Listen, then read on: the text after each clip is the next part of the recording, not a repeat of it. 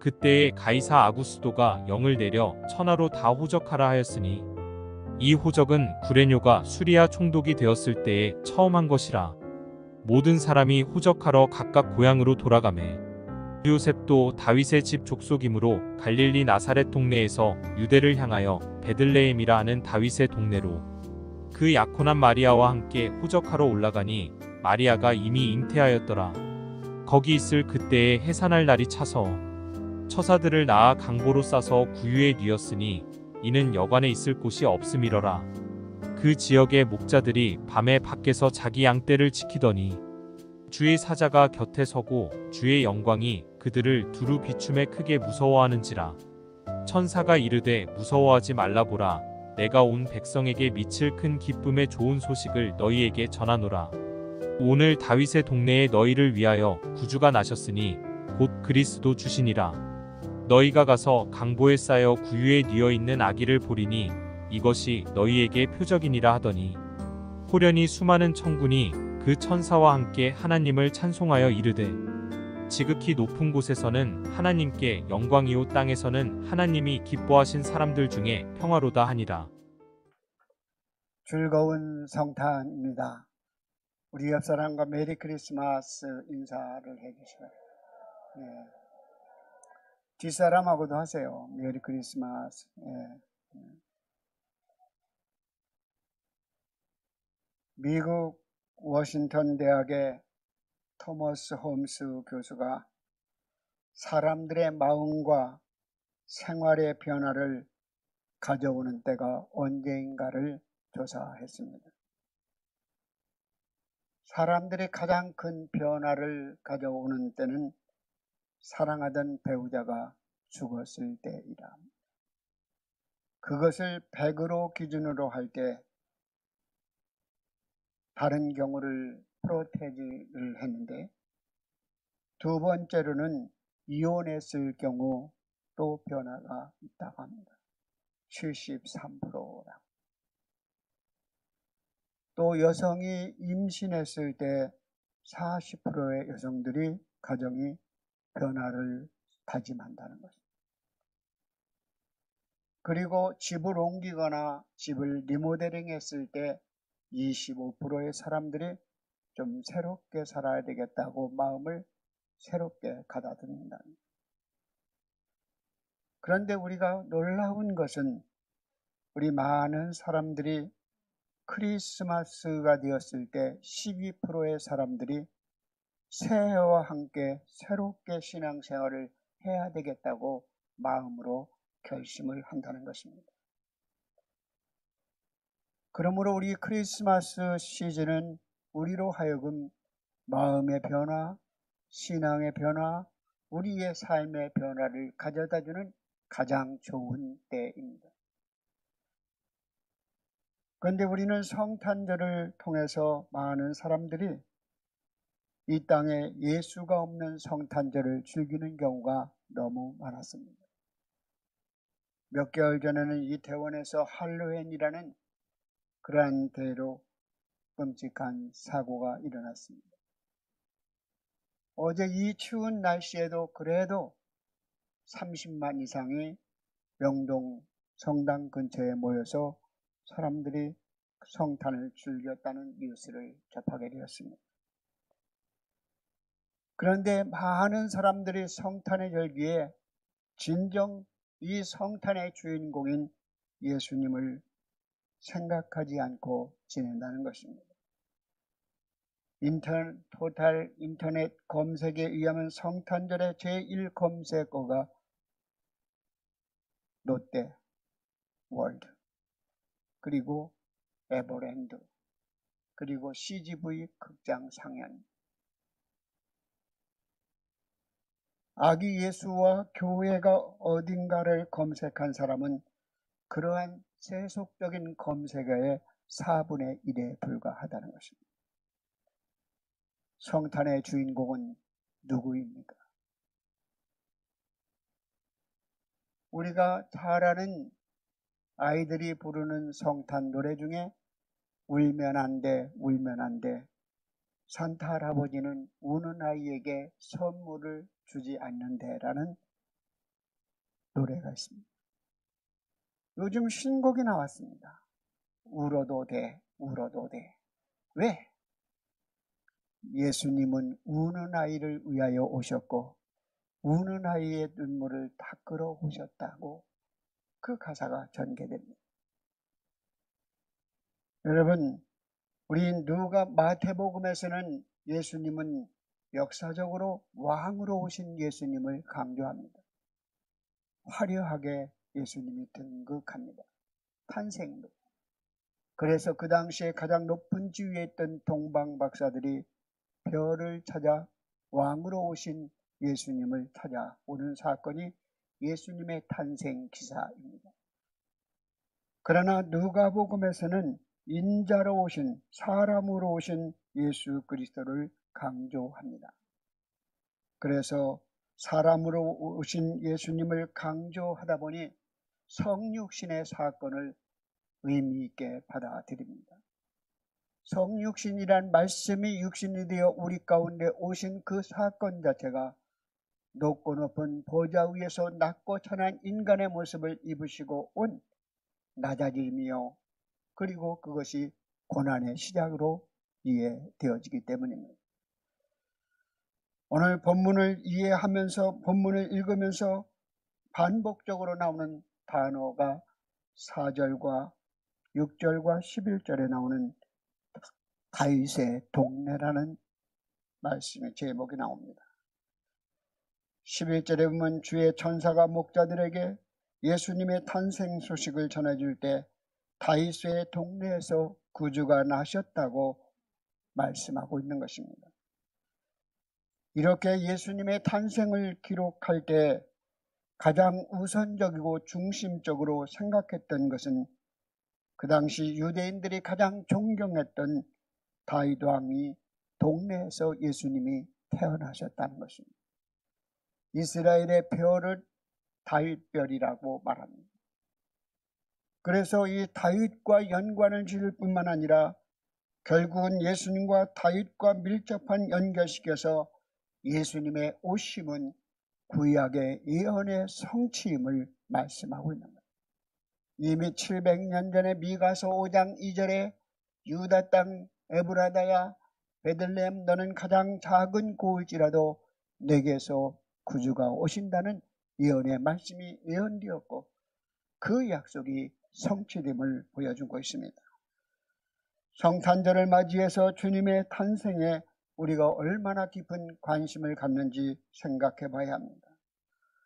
어떤 자세로 우리가 주님의 다시 오심을 기다려야 하는지를 묵상해야 합니다.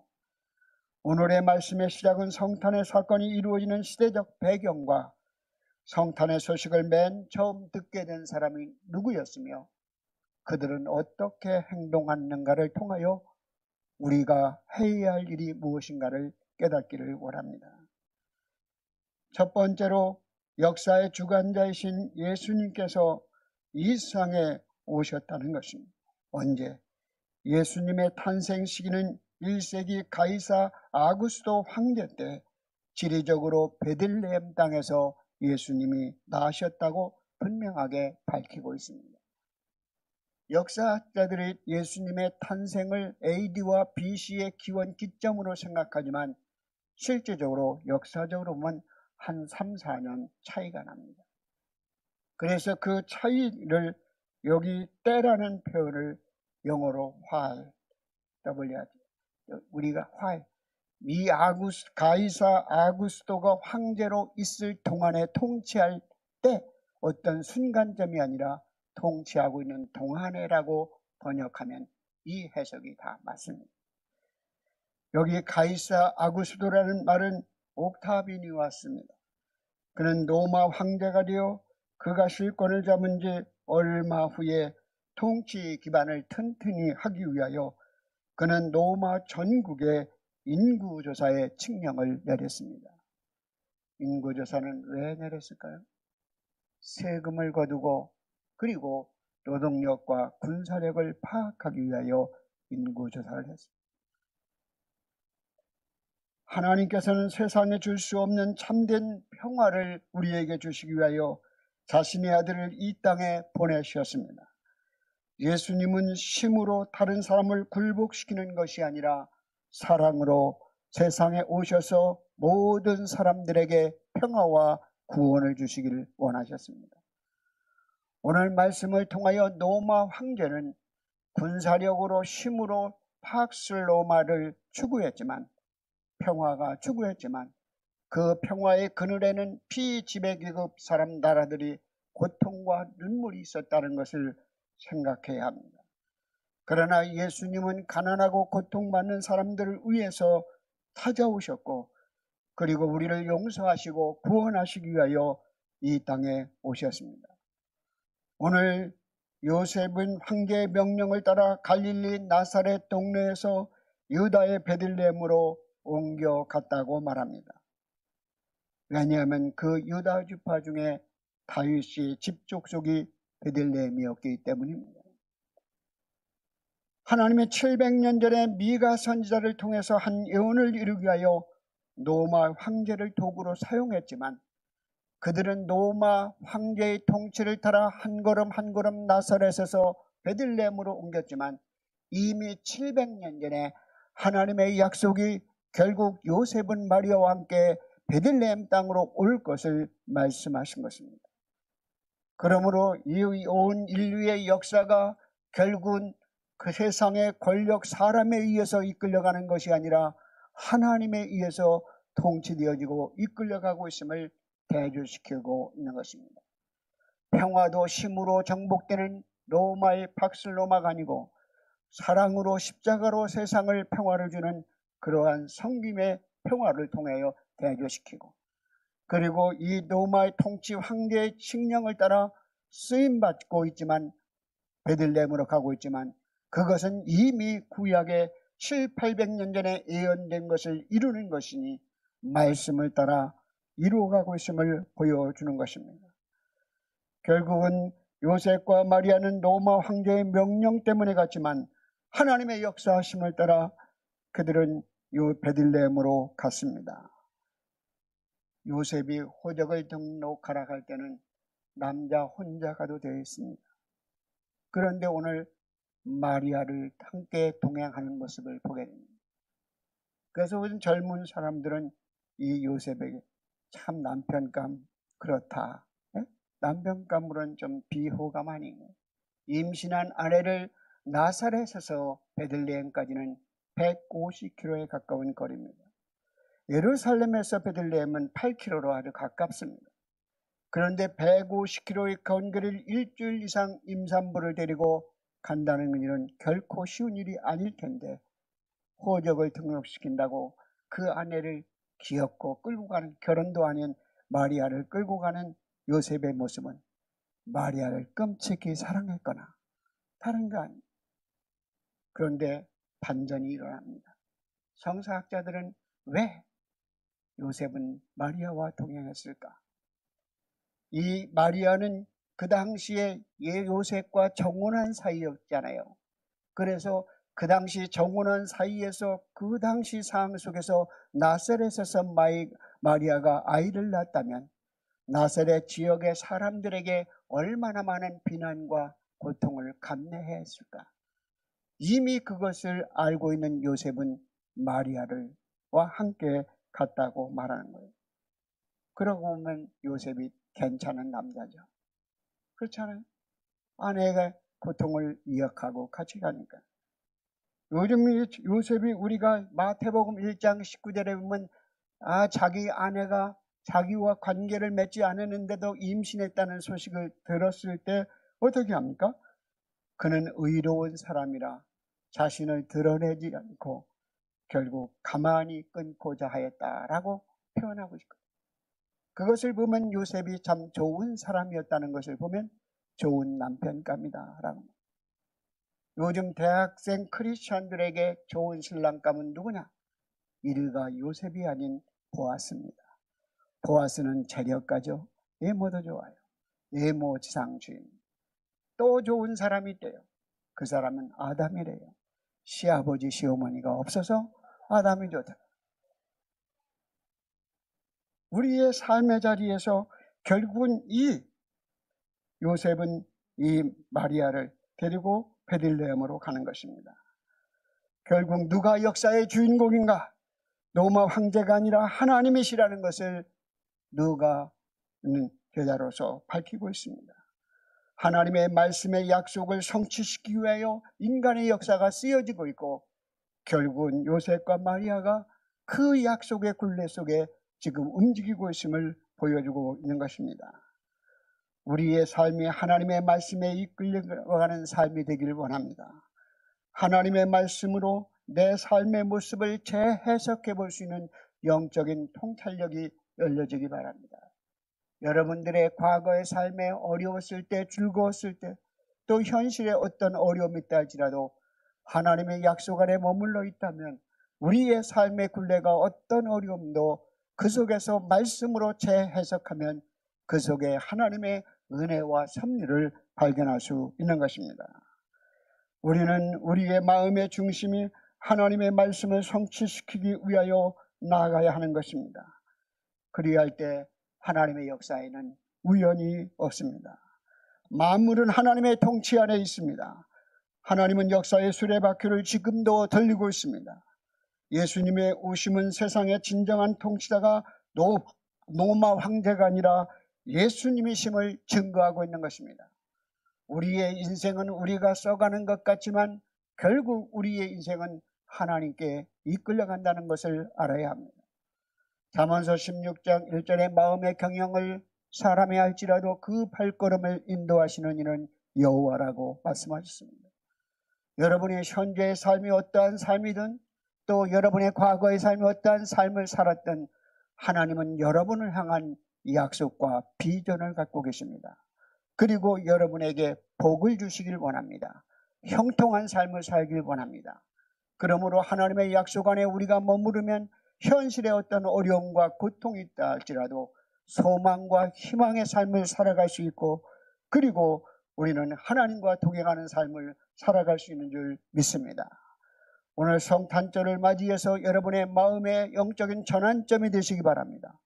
하나님과 코드가 맞지 않는 곁길로 갔는데 이제는 하나님과 동행하길 원합니다. 하나님의 말씀을 쫓아가기를 원합니다. 하나님의 이끌리심을 받기를 원합니다. 이러한 마음의 결단을 가질 때 예수가 주인공이 되는 귀한 성탄절이 될 줄 믿습니다. 두 번째 우리가 생각해 봐야 될 것은 목자들에게 성탄의 기쁜 소식이 맨 처음 전해졌다는 것입니다. 이 목자들은 그 당시에는 가장 천민계급, 요즘으로 말하면 3D 업종에 해당하는 업종이었습니다. 여기에 목자들의 결국은 어떻게, 그런데 예수님의 가장 기쁜 소식을 가장 먼저 드리고 예수님과 함께하는 첫 번째 예배, 첫 번째 포스트 크리스마스는 이 목자들이 경험하게 되었습니다. 왜?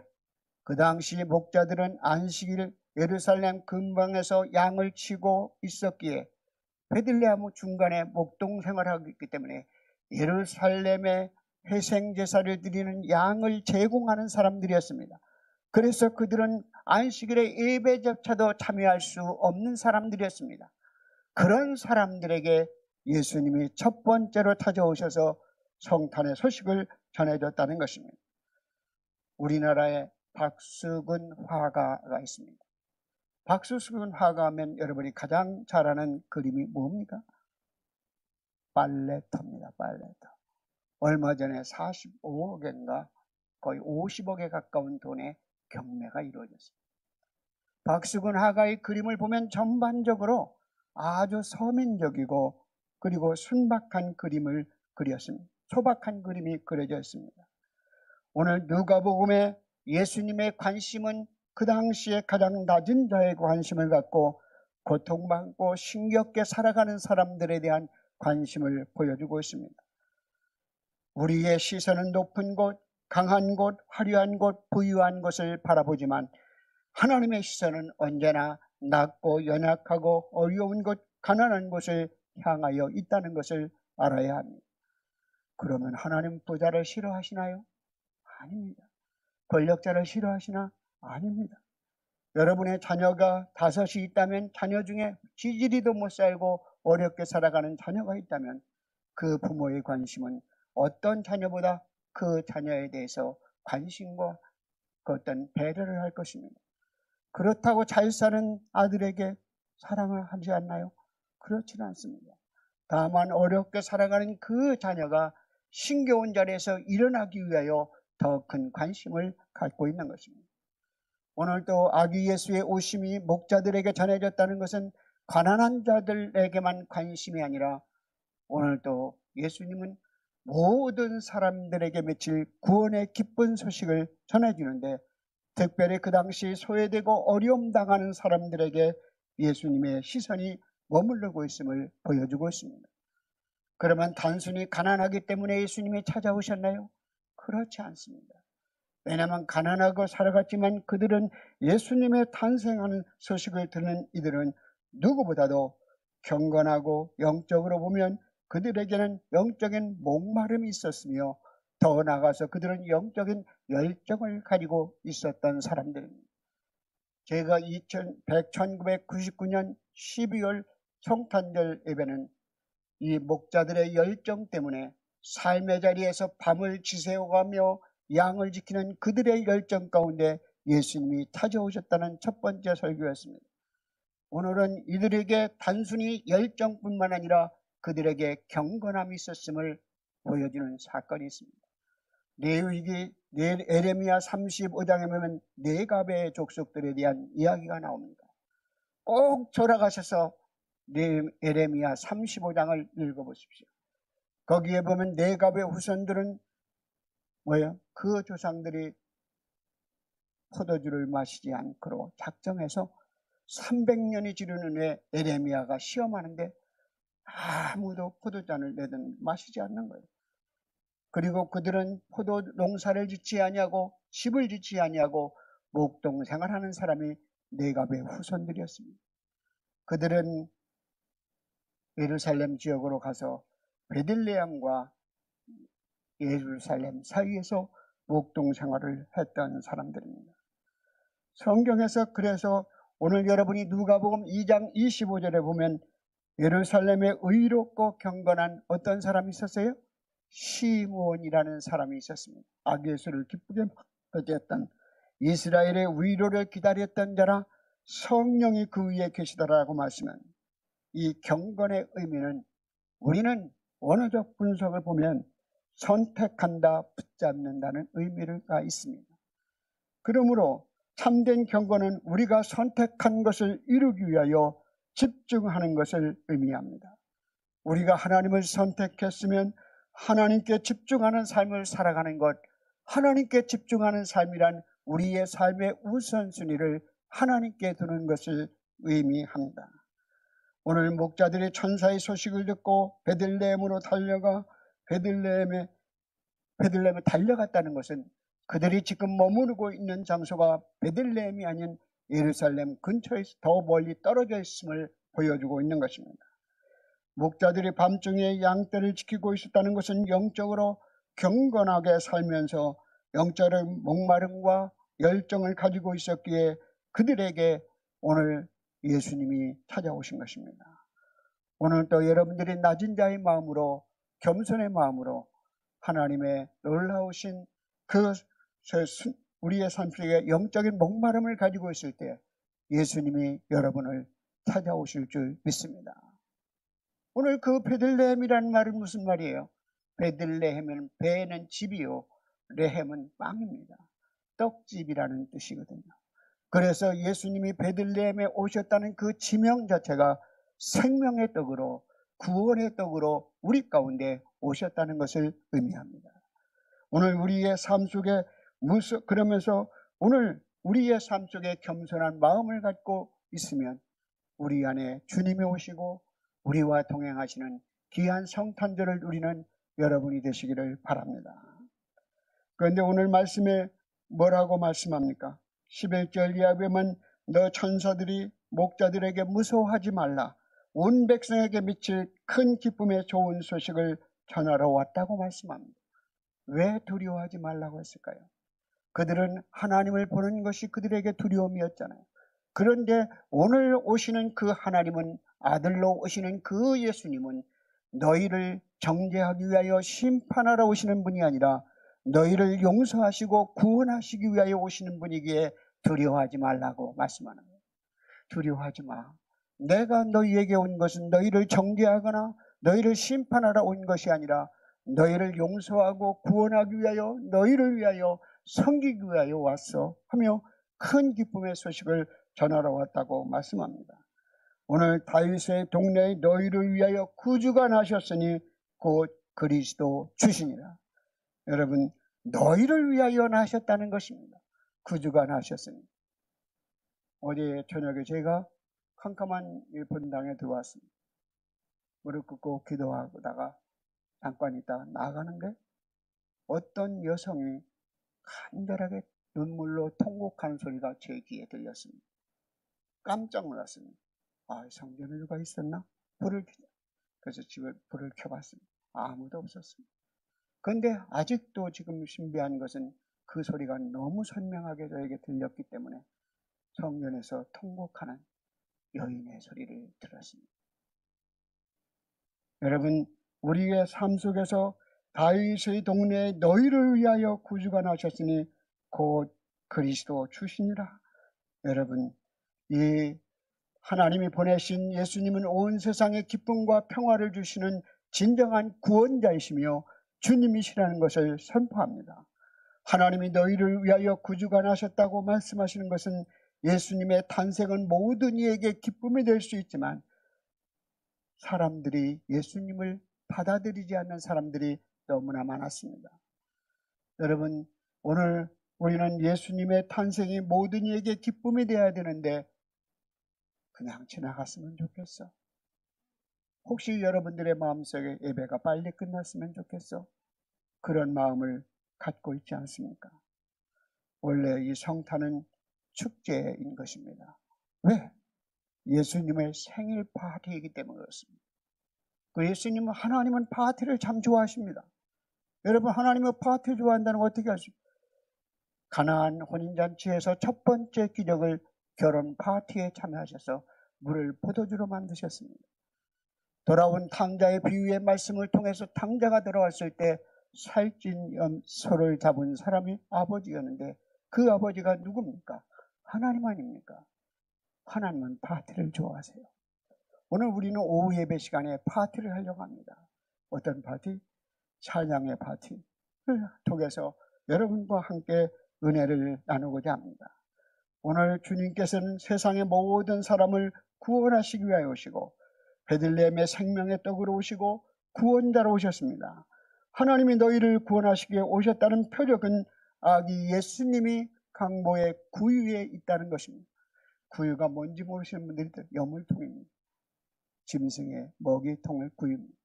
저는 어린 시절에 그 구유를 너무 많이 나무 큰 통나무를 파가지고 그 구유를 만들어서 여물을 주거든요. 우리 하나님은 모든 사람에게 필요한 생명과 구원과 능력이 주님이시요 그것이 표적이 예수님이다 라고 말씀하는 거예요. 너희를 구원하시는 표적이 예수님이시다. 그래서 이 표적이라는 단어가 반복적으로 요한복음 세메이온이라는 단어를 사용합니다. 예수님이 세메이라는 단어가 있으면 예수님이 그리스도이심을 드러낼 때 꼭 사용하는 말씀입니다. 오늘 또 예수님의 강보에 놓여 있는 그 아기 예수를 보리니 그가 너희의 표적이니라. 오늘 그 표적의 천군 천사들이 뭐라고 말합니까? 지극히 높은 곳에는 하나님께 영광이요 땅에서는 하나님이 기뻐하시는 사람들 중에 평화라고 말씀했습니다. 루터는 이 번역을 하나님께는 영광, 땅에는 평화, 사람들에겐 기쁨이라고 셋으로 나눠 번역했습니다. 이 구절은 짝을 이루고 있습니다. 지극히 높은 것과 땅, 그리고 하늘과 사람, 그리고 영광과 평화가 짝지어져 있습니다. 지극히 높은 곳이라는 것은 하나님이 거하시는 것을 의미하고 그 하나님이 거하시는 곳에 어떤 일이 일어났습니까? 하나님의 영광이 나타났다는 것입니다. 여러분, 예수님의 탄생이 하나님께 영광이 된다는 것은 우리의 생각을 내려놔야 합니다. 예수님께 하나님께 영광은 낮아짐이 영광이요 십자가를 지님이 영광이요.